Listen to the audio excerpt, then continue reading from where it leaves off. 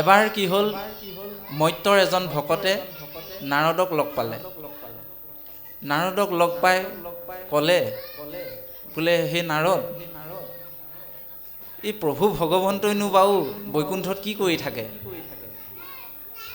এইবাৰ যদি তুমি বৈকুণ্ঠলৈ যোৱা সুধি আহিবাচোন, তেওঁনো কি কৰি থাকে তাতে?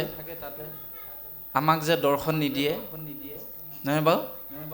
তেওঁৰ নাম লৈ আছোঁ, আমাক দৰ্শন নিদিয়ে, কিনো কৰি থাকে বৈকুণ্ঠত? এবাৰ গ'লে সুধি আহিবাচোন।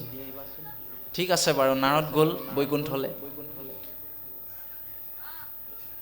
নাৰদ যাওঁতে প্ৰভু ভগৱন্তই কৈছে, নাৰদ তুমি আহিলা, তোমাৰ চৰণ ধূলি আমাৰ আজি বৈকুণ্ঠ পবিত্ৰ হ'ল বোলে। সেই বুলি সেৱা ধৰিছে। আহা আহা, আহি মোৰ আসন গ্ৰহণ কৰা। প্ৰভুৱে নিজৰ আসনভাগ ত্যাগ কৰি ভকতক বহিবলৈ স্থান দিছে। গতিকে ভকতক ক'ত ৰাখিছে তেওঁ আপোনাৰভাৱে চিন্তা কৰকচোন। ভকতক সদায় আগত ৰাখিছে। ইমানেই ভাল পায় তেওঁ ভকতক যে নিজৰ আসনখন ত্যাগ কৰি তোমাৰ চৰণ ধূলি আমাৰ বৈকুণ্ঠ বোলে পবিত্ৰ হ'ল। এতিয়া আমাৰ গৃহলৈ ভকত আহিলে আমি এনেধৰণে প্ৰাৰ্থনা কৰোঁ হকনে বাৰু?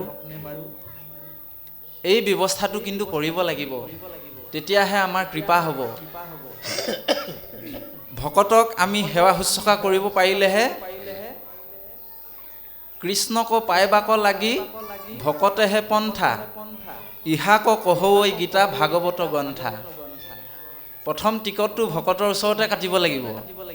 ভকত শ্ৰদ্ধা সেৱা শুশ্ৰূষা আমি কৰিব লাগিব।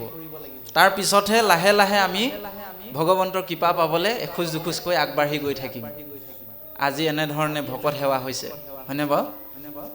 তাৰপিছত ক'লে, বোলে প্ৰভু কুশলে আছেনে? বোলে হয় আছোঁ। নাৰদক খবৰ খাতি লৈছে, বোলে নাৰদ মৰ্ত্যত সকলোবিলাক কুশলে আছেনে? বোলে হয় প্ৰভু আপোনাৰ কৃপাত সকলো কুশলে আছে। এনেধৰণে কথা পাতি পাতি আহিবলৈ লোৱাৰ সময়তে এই ভকতজনে কৈ পঠিওৱা কথাটো নাৰদৰ মনত পৰিল। বোলে প্ৰভু কথা এটা নহয়। বোলে কি? এই মোক আহোঁতে ভকত এজনে মোক প্ৰশ্ন এটা কৰি পঠিয়াইছিলে। বোলে তুমিনো বৈকুণ্ঠত থাকি কি কৰা? কি কৰি থাকানো বৈকুণ্ঠত? এই প্ৰশ্নটো মোক তেওঁ কৰিছিলে, মই গৈ পেলাই তেওঁ উত্তৰটো দিব লাগিব। গতিকে কৃপা হ'ব লাগে প্ৰভু। এনেধৰণে কলত তেতিয়া প্ৰভু ভগৱন্তই মাত দিছে, হে নাৰদ, আমি এই শ্লোকভাগি সেইকাৰণে আৰম্ভণিতে গোৱা হৈছিলে, নাহম তিষ্ঠামি বৈকুণ্ঠ যোগিনাম হৃদয় নস্ৰ মদ ভক্তা যত্ৰ গায়ন্ত্ৰী তত্ৰ তিষ্ঠামি নাৰদ। ও নাৰদত বিষ্ণু আসন্ত কৈ, এ বৈকুণ্ঠটো মই নাথাকোঁ ৰৈ।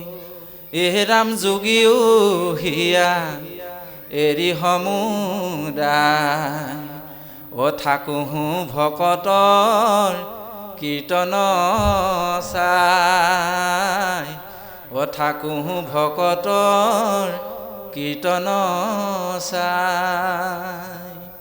হে নাৰদ, মই বৈকুণ্ঠত নাথাকোঁ, মই যোগীৰ হৃদয়তো মই নাথাকোঁ, মই কেৱল মাত্ৰ ভকতৰ কীৰ্তন, মই গুণানুকীৰ্তন শুনি থাকোঁ, শ্ৰৱণ কীৰ্তন কৰি থাকোঁ। মই ভকতৰ লগত থাকোঁ, য'ত ভকতে মোৰ গুণ নাম কীৰ্তন কৰিব মই ত'তে থাকোঁ বুলি কৈছে।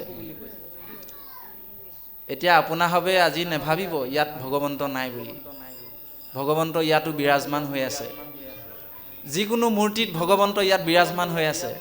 আপোনাৰ হবে বা আমি হবে, আমাৰ চকুবিলাক মায়াৰে আবৃত হৈ থকাৰ কাৰণে আমি দেখা পোৱা নাই। সেইকাৰণে দিহানামত গাইছে, অ হেৰ মন অ নালাগে যাবলৈ কাশী বৃন্দাবন। য়ে ৰাম বৃন্দাবনত কৃষ্ণ নাই, মোহন বাঁহী লৈ ভকতৰ মাজতে আছে হিৰ'। এই ভকতসকলৰ মাজতে ভগৱন্ত ৰৈ আছে। আমি মায়া থকাৰ কাৰণে দেখা নাই। আমাক কৈছে এই ভকত তীৰ্থলৈ আহা, এই বৈকুণ্ঠ ধামলৈ আহা। এয়া আজি বৈকুণ্ঠ ধাম, ইয়ালৈ আহা, তেতিয়াহে মোক কিহত লগ পাবা? এই অমৃতময় বাণীৰ দ্বাৰা মোক হৃদয়ত লগ পাবা বুলি কৈছে। কিমান সুন্দৰ দৰ্শন দিছে হয়নে?